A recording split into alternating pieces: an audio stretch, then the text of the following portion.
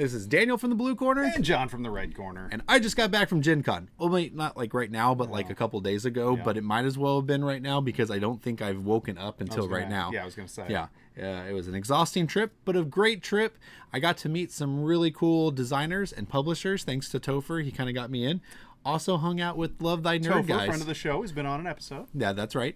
And we also got to hang out with Love Thy Nerd, which is a group of Christians who go to these conventions, not just board games, but other conventions as well. And they help out booths and they try to be a light that's cool. In these places by being the best demoers and just the best people to interact with at the con. And nerds need love too. And nerds need love too. Yes. That's right. But I got to meet up with them. I got to meet up with Jack Durbin, who does New Kingdom Gardeners. Dunbar, sorry. I'm bad with names, Jack. Sorry about that. But he was a great guy. Me and him are besties now. Oh, nice. Honestly, though, the dude was great. And I loved talking to Jack. Yeah, he seems cool. And there's a couple other people I met as well. So sorry I didn't give you a shout out specifically, but there was a lot of really cool people. Glad that I encountered them. So, but as good as it is meeting a bunch of people and seeing a bunch of people, that's not why you go to Gen Con. That's not why you go to Gen Con. Well, maybe in the future it is going to be for me. But this year it was about buying the games. Yes, that's why you do it. And I did a good job at scoping out what I wanted beforehand so that I would never be disappointed with the games I got. No. Well, we'll see. We'll see. I'm probably going to be disappointed with half of them. Let's be honest. I buy things Yes. without thinking about it because I'm irresponsible. All right. So let's take a look at what we got. Let's do. First game. Spectral from Bitewing Games. Mm-hmm. This game intrigued me because Bitewing is being produced or being distributed also by Allplay, which again, Allplay is friends of the show. They actually, again, thank you Allplay for helping us get into Gen Con. They kind of pulled some strings for us and we really appreciate it. So we were able to get Spectral, and this is a pure deduction game. We got this actually played, and it was pretty exciting. It's what you're doing is you are trying to flip over the cards to see if there's a gem or a curse on it, and then the card tells you where the gem or the curse is going to end up, and then you're trying to place your workers around the places where the gems are, so that at the end of the game you can collect the most gems. But the problem is if you're want to be next to a curse? If you're next to a curse, your guys die. That's not good. They are removed from the game. You don't get points for them, and you don't collect the gems. So it is important that you deduce where everything is before you jump in. And what's kind of cool about this is it's not a roll and write, but it is but there's pencils. A throwback to Clue. You got a little like a book that you got to write in and make notes in and draw pictures in, and you can deduce. You can It's a deduce and write. It's a deduce and write. Is what it is. Drop a deuce and write. All right, that was Spectral. All right, which that was on your Gen Con list. That was on one of the ones list. that Daniel was motivated to get. That's right. This next one was not on my Gen Con list because even though it was superheroes, it was an IP I had no interest in. And then our friend Joe Coleman, a constant commenter in the comment section, pointed out his number one game of the con, and that is Invincible, the hero building game. Okay, I've always been wanting a game that actually builds up superheroes as you play. Okay. So while this is cooperative, don't tell Andy. He won't play it anyway. He won't play it, but still don't tell him. One day I might be able to trick him. But there's some deck building going on, and through that deck building, you're actually creating your hero to make them more powerful and create and attack the scenario. I really like this concept of making your hero more powerful as you go. There's games like Sentinels in the Multiverse, which does a really good job at that. So I'm kind of hoping that this will not take Sentinels' place because I'm still okay with Sentinels, but I hope it's a good accompaniment. There you go. To that Sentinels game. You can play it with Sentinels. Is that what you're telling me? I wish. No. That's one I might be borrowing. Both of my kids love the Invincible. Oh, do they really? Yes. Okay. Yeah. So. Well, that's pretty bloody and gory for me. So my kids are I'm a good Christian, so I don't watch that stuff. I don't either, but they do. So your kids are a bad Christian. Yes. That's what I mean. Yes, they're a bad influence on me. That's right. I'm kidding. There's nothing wrong. I watch worse than that. Okay, this one I actually got free. Critical Mass. What? It's like a 2-player attacky game. This is a Dice Tower Essential line. Oh, no way. Yeah, really? Exactly. And they were giving it away. Yeah, even Tom Vassell admitted it didn't do as well as they thought. Part of it is that you can keep buying 2-packs. to get more and more characters. I don't know why it didn't take off, but for free, I was like, heck yeah, this is a game I've always wanted to try out. Was this one of the coupons in the massive Yeah. booklet that you get? That's Okay, right. so Yeah, what it one of the was? coupons. Okay. If you buy something at Arcane Wonder, then you get get something a for free. free. And So speaking that's of pretty awesome. Arcane Wonder, this is what I got. Video game. Oh, video game champion. There you champion. That was that on my list? I don't believe it was. That may not have been on my No. list, but this was on my short list. My list of my Gen Con pickups were also demo games as well. Yeah. So that is one reason why. Yeah, I didn't. I usually look to see if it's for purchase, and I yeah. only have purchased some. Oh, This time I okay. just did whatever. Since whatever you weren't looked good. going. I wasn't So this going was on anywhere. my short list, and it shouldn't have been because like I could actually purchase it, so I should have talked about it. But honestly, guys, this is just a theme that is calling to me, There you go. and that's the only reason I bought it. That's really. I would like to see how that gets implemented into a board game. It's also Dice Tower Essentials. Well, this is what I was thinking. Okay, I know this is not the case, but Pret-a-Porta was once upon a time going to be rethemed as a video game industry. Oh, game. for real? Yeah, and then there was some backlash. Then they were like, "No, we want to keep the original theme. We want unique themes." So when they did the yeah, when they reprinted yeah. Pret-a-Porta and they kept it fashion designing, They which just is, made which it is look fine. good. Yeah, they just made Yeah, it look good. yeah. So which is fine, which is great. I'm glad they did that. Yeah, but that's like, a cool theme too. they were like, we need a unique theme. Well, there is not a video game making theme out there. So this game So that's what actually you're doing does is that. making a video You're game. making a video oh, game. I thought you were like competing to be a video game champion, like well, playing video games. maybe. but I didn't see how that would The translate to 1990s, the golden age of 16-bit video games, That's a nice. simpler Let's read. time when every kid's dream revolved around becoming the next video game champion. It's always nice to read. Yeah, I think maybe Okay. maybe attack, like maybe you're playing video games. Well, regardless, there's not a lot of this theme. No, so there's not. I'm excited to play this, and I want to give it a try. Okay, Is that all you got? no, Oh, no, you gotta be kidding me. All right, this one was the game surprise of the con for me, and that is the Age Contrived. I actually am gonna have an unboxing video of this one, so check it out. And this one is worth checking out. There's magnets in here, John. No way. Magnets. You can't And have magnets in a board game. Yeah, you can. Can you get that through It's the airport? It's magic. No, I don't even fly. Okay. I lived 8 hours away. That'd be ridiculous gonna if I pull flew. you over. All right, this game looks like on the back like an Ameritrash game that Randy would make me play, and I would begrudgingly play. 6-hour Ameritrash Exactly. This is a Euro. It's a Euro with magnets. This is a Euro that's gonna make blood shoot out of Chris's eyes. And while I try to appease Chris, Does that mean often, something good or does that mean something bad? I don't know. Okay. If it's manga, it's probably bad. I just, in the end, he's just gonna shoot steam out of his ears or Okay. something. He's gonna be angry. That's what it He's is. gonna be Okay. I angry, didn't know and he's what- gonna go on a Chris rant. I didn't know if he was just that excited about the game or if he's mad about And it. I get two kind of games, John. I get that? I get games that Chris will approve, and I get games that will tick him off. This is gonna be a tick off game.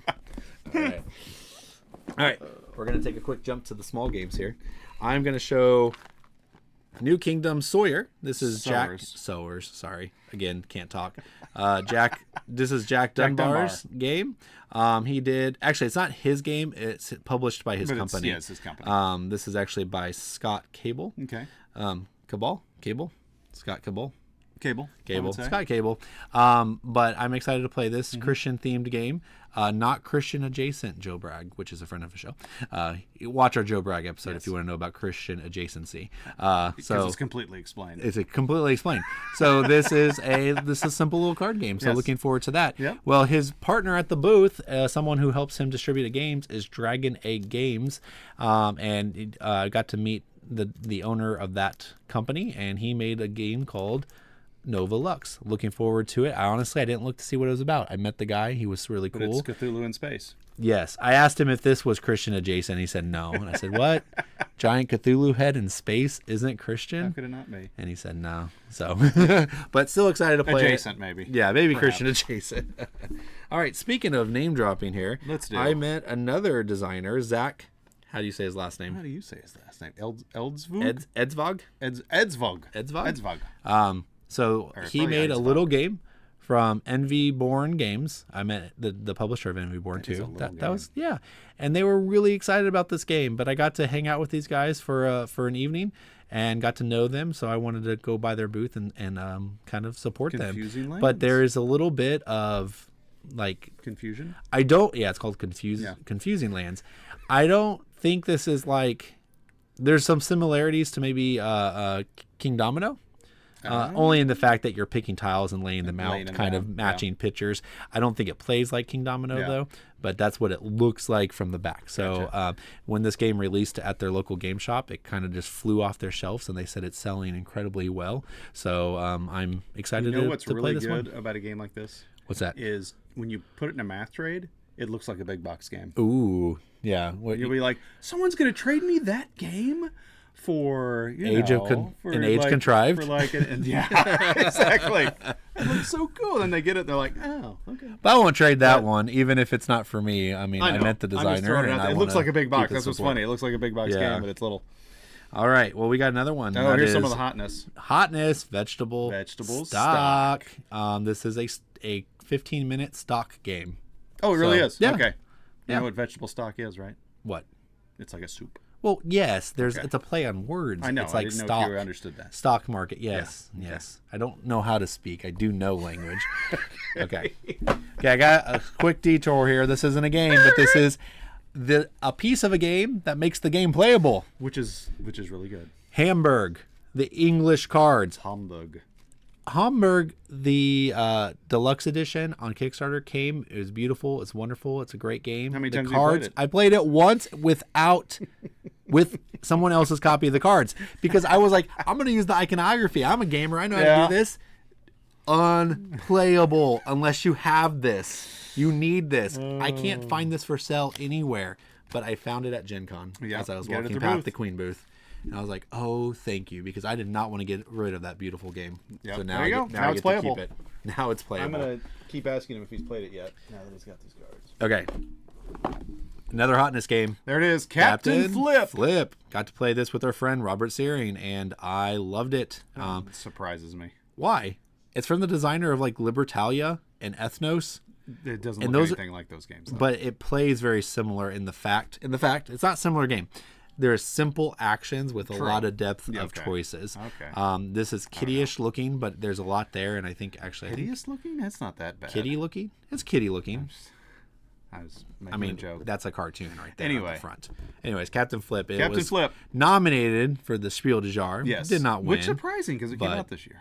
That's really odd. But yeah, that's going to be featured on a show in the future. I'm anticipating not liking this game, so we'll see what happens. Really? Yes. All right, well, make up your mind now. At all.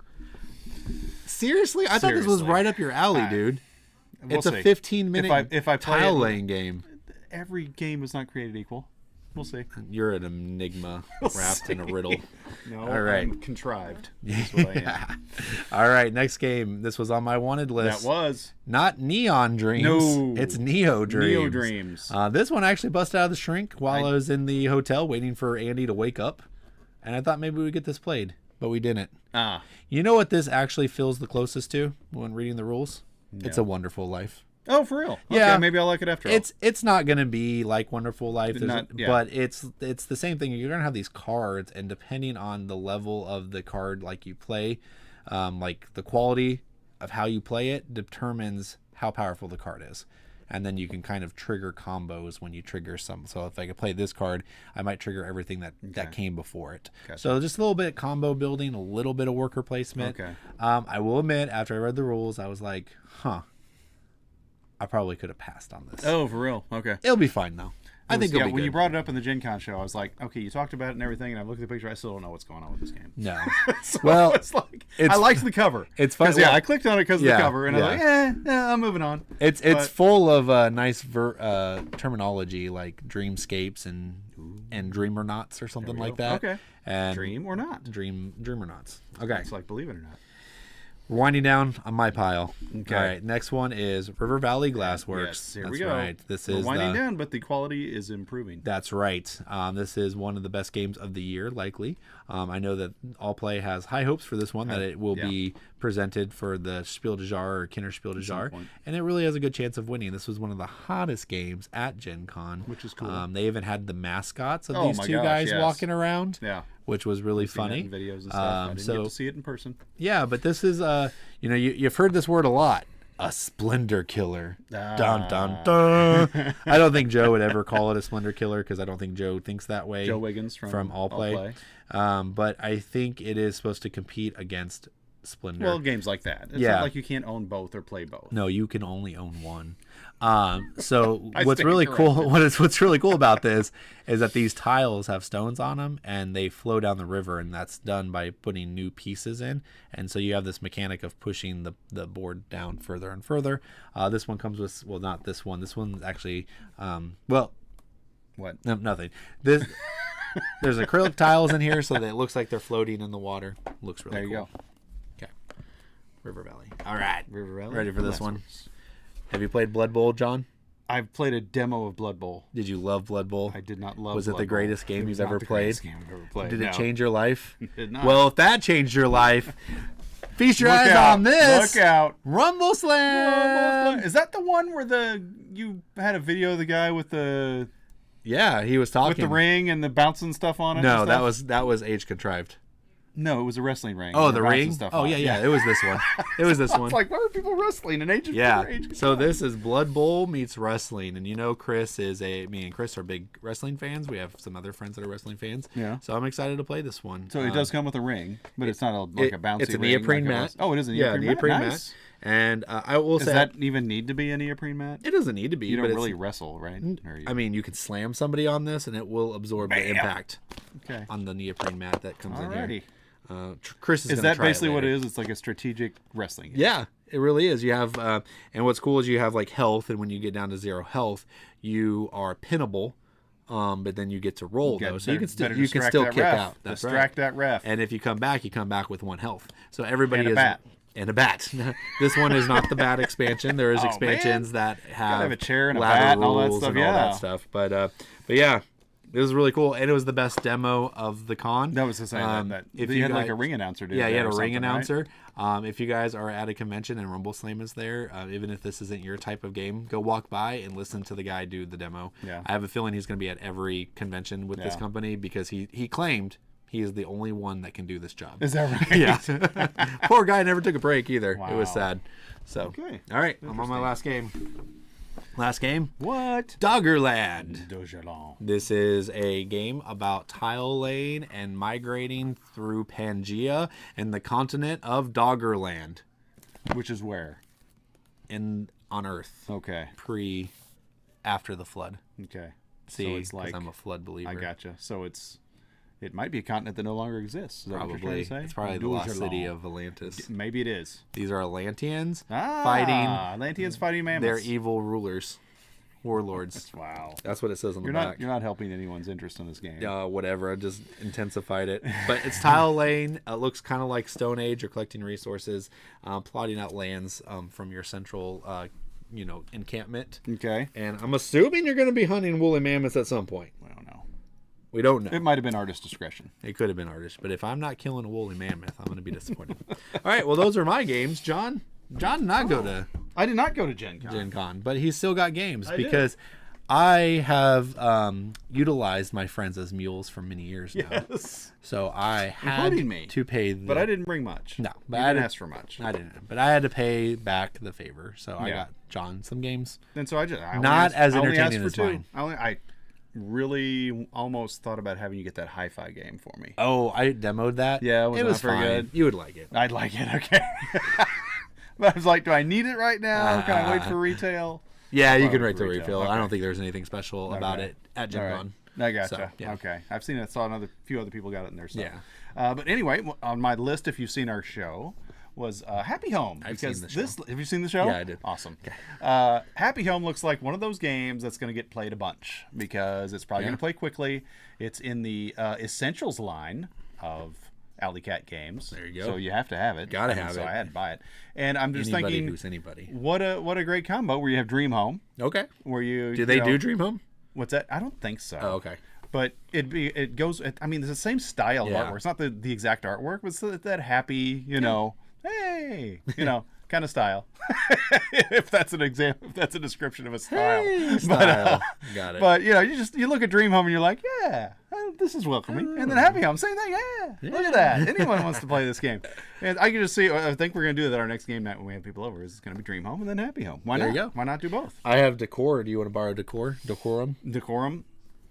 Man, that might be too much. Let's see. Not enough. Too much Happy Homeness. Yes, too much.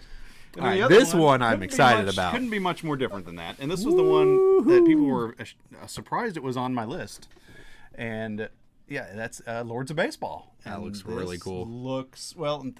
Cool is in the eye of the beholder. Yeah, sure. Because the name is what got me. When I was going through Gen Con, I'm like, Lords of Baseball, I have to click on this and see what it is. And I'm like, it's an economic Euro where you're running a baseball team in like 1900. How can that not be fun? How could it not be? I looked through it, and it looks. I'm like, hey, it doesn't look like something you're going to see at your local board game store, probably. No. So get it for me at Gen Con. Why not? And so they did. So we'll see. We'll probably be talking about it on the show when it gets played, because I'm sure it will. All right. Well, that was our haul. Andy bought some games, but he couldn't make it to this phone call tonight. So he's too busy. Too busy with life and stuff. So, but you know who's not busy? This guy. Because I'm going to play all of these games. Yeah, whatever. No, I won't. I won't play any of them. It's the sad truth of my life. You'll get some of them. Oh my gosh. There's one game I bought that I didn't bring down here. What was that? Luffy's Bento Panic. It's a One Piece game, and we played it last night with my family. So this one's already been played? Yeah, I already played a game. One Piece game. What does that mean? It really has just one piece to the game. It's a anime game. Oh, is that what that means? Kids these days, they don't know anything. Okay, so my son loves One Piece. We played it. Some people, like the Dice Tower, weren't a big fan of it. We played it with the family. Really fun. It was really exciting. Why are you trashing the Dice Tower? I don't know. Apparently, people love it when we trash the Dice Tower. Even though I love the Dice Tower and obsessed with them, but people still think I'm not. I don't know. I don't get it. Trashing the Dice Tower? I don't know. But anyways, it was like it's like a game where you throw hands. It's like, I'm going to steal from you and eat. I see. So you have like hand symbols that you do and you block and stuff. Okay. And if I was playing it with a bunch of adults, I don't know, probably not the most fun. But playing with the kids, there you go. Really good. And it was really fun seeing them understand it and them actually like, and how many times he double stole from me like this. Fun. It was a lot of fun. So, all right, cool. All right, well, that was it. So that was my Gen Con haul. It was my first Gen Con. Yes. I probably spent a little too much, but it's okay because that's what happens at Gen Con. Stays there. That's right. Oh, I also bought this. Yeah. That's right. The Boost Cubes. The Boost Cubes are unmatched. We talked about those, I believe, on our very first episode. Really? We talked about the Boost Cubes because I couldn't believe how many times you said it and said it correctly. That's right. Boost Cubes. Boost Cubes. Boost Cubes. They're great. They're wonderful. They've been talking about those for 2 years. I'm glad I'm glad I got them. I might replace all my boxes now with them. But burn the boxes to the ground. Burn them down, baby. All right, I think that's the last thing. All right. I'm sure there's something else I forgot. But we'll just end it here. If I forgot it, whatever. Yeah. The world will never know. No. All right, well, that's it. Until next time. Until next Gen Con. We'll see you around the board.